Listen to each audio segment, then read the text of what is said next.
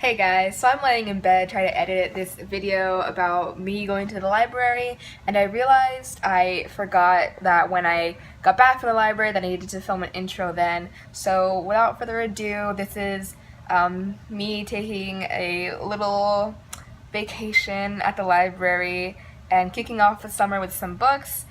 You'll see first a satirical take on a diet, and then you'll see the books that I got at the library. Then it's settled. Aang, I do believe it's my turn. I'd like to spend my vacation at the library! I think I need a little wiggle room to move my body and to go to Zoom. And so they think you don't know, I'll say you know, I'll say you know. You think I need a wiggle room to move my body, go to Zoom. I go to space and then you go to Waka.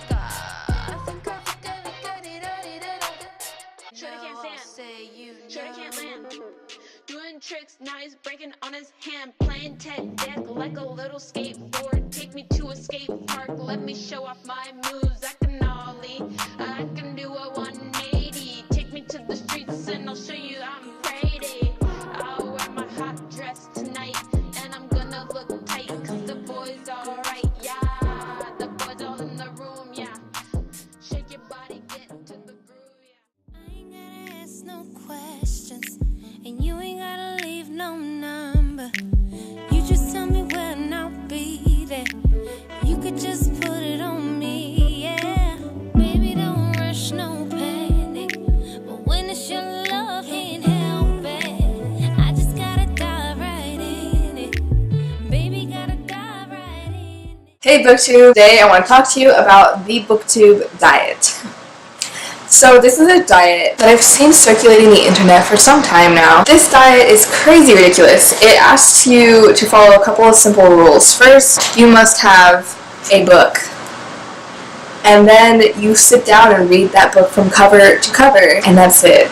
You can drink water. You can have one piece of bread per book you read. So if you want to eat a lot today, I suggest you read a lot. Without further ado, let's talk about the books that I got at the library today. It's been a while since I've gone to the central library here, and it's a very beautiful library. I really enjoy it. It's peaceful. There's like an outdoor roof. It's very aesthetic, and I love it. And I just haven't had the chance to go for a while, so I decided to just go today. The only thing is parking to go to the library is annoying that you'd have to pay to park to go to the library. But whatever. Can't have it all, right? I delved books in the fiction section. And I'm about to show you a couple of the books that I got. I'm planning on doing a first chapter to see like if I really like these books. A lot of them I just picked up because I was excited and I didn't want to like read the first chapter while I was there because again parking is only for a limited time. So I just picked up books that had a good blurb on the back and I yeeted out of there. So I have 6 books today that I got, which is a lot, and I'm probably not going to read all of them. I'll be lucky if I even get through if I actually like 2 of them. I'm going to put it in order of last name. Alright, so first book is Daughter of the Blood by Anne Bishop. This is book 1 of the Black Jewel trilogy. It's a darkly fascinating world. So I don't really know what this is about, but when I'm going through the fiction section at my library, I typically end up looking for like a section that has a lot of books published by one author, because that means they've been publishing for a while and the library keeps buying their books, so maybe they're a better writer, maybe they're more well known or enjoyed. I don't know, most of the time it ends up being a writer that I've never heard of before and I'm always like, whoa, a new obsession. So this book, I like the cover too. I'm totally a person who judges the books by the cover. This wasn't my favorite cover. I think the next, I'll tell you which one is my favorite cover. This one isn't it. So what is this book about? On the front we see this girl who looks like she's like 12. Like she looks like she's a little kid. And so that might mean this is YA, I don't know. But I'm just going to read the back 700 years ago, a black widow witch saw an ancient prophecy come to life in her web of dreams and visions. Now the Dark Kingdom readies itself for the arrival of its queen, a witch who will wield more power than ever, the High Lord of Hell himself. But she is young, still open to influence and corruption. Whoever controls the queen controls the darkness. 3 men, sworn enemies, know this, and they know the power that hides behind the blue eyes of an innocent girl. And so begins a ruthless game of politics and intrigue, magic and betrayal, in which the weapons of are hate and love, and the prize can be terrible beyond imagining.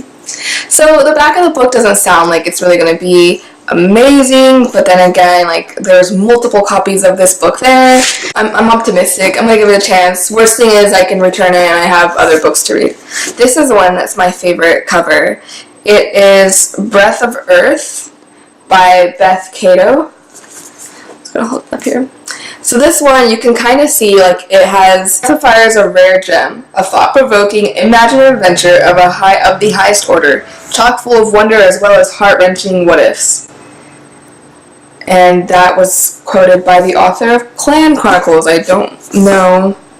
Well, actually, the back is what I'm like, whoa, this could be really good. So, in an alternate 1906, the United States and Japan have forged a powerful confederation, the United Pacifics, in an attempt to dominate the world. Their first target is a vulnerable China. In San Francisco, a headstrong Ingrid Carmichael is assisting a group of powerful geomancer wardens who have no idea of the depth of her own talent, or that she is the only woman to possess such skills.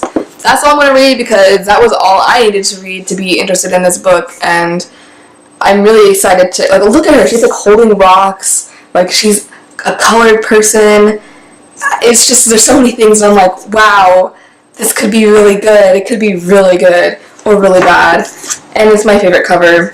I love aesthetically pleasing covers. So the next book is The Priest of Blood by Douglas Clegg. This is a dark tale of swords, sorcery, and vampires. I've been wanting vampires in my life. I have to admit it. I've been missing vampires for a while, because most of the books that I read that have vampires in them are YA, and, you know, it's time for some more vampires, right? Born the son of a woman thought to be a witch, Alaric does not know who fathered him, but from his grandfather he learns the skill that will change his life. With that training and his own ability to communicate with the great predator birds of the forest, Alaric is taken into service by the Baron and put in charge of his falcons.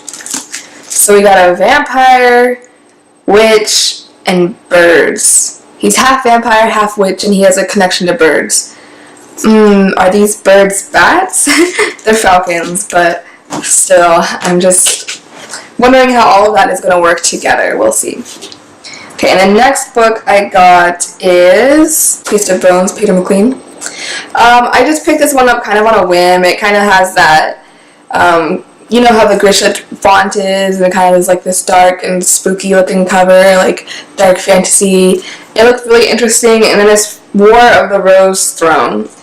I don't know why it's called the Rose Throne when it looks this gory. I don't know what to expect with this. It says that it is a story of organized crime with shades of The Godfather. A charismatic and very Moorish book with a strong voice. That quote is from Mark Lawrence. He's the author of Red Sister, which was at the library, and I thought about picking it up, but then I realized I already had 6 books to check out that were new, and I'm already reading like 4 other books right now, so maybe I should slow down.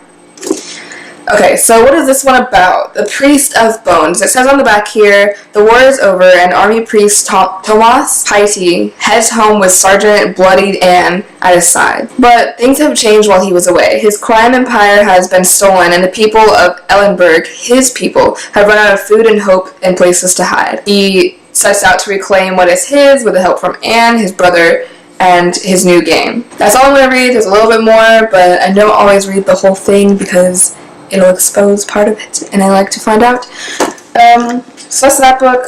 That one I'm not expecting it to be good. I'm not expecting it to be really enjoyable. Maybe it's the cover. I don't know. I'm expecting it to have many tropes I've heard before and not have anything really original or unique to add. Okay, so this is book 5 of 6. So this book was in the new section. It's the only science fiction book I checked out, and that is The Razor by J. Barton Mitchell. And it has a cool looking cover. The thing is, with sci-fi covers, you never really know what you're going to get. I've seen some sci-fi covers that they kind of, a lot of them look like this. There's like a ship and a planet and like space. And that's generally what they look like to me, so I'm typically like not interested. But I figured it's a new sci-fi, I might as well give it a chance. So what is this one about? I actually didn't really read anything about this. I completely judged it off the cover that I didn't think was that inspiring and still picked it up, so I don't know why. So engineer Marcus Flynn has been sentenced to 11 H-37 alongside the galaxy's most dangerous criminals. A hard labor prison better known as the Razor, where life expectancy is short and all roads lead to dead end. I don't know, I'll give it a try, we'll find out. And the last book I picked up is, I don't think it's fiction, it's fiction, I don't think it's fantasy though, I think it's just a novel, but it sounded interesting. So this is The Ghost Apple. It's a novel by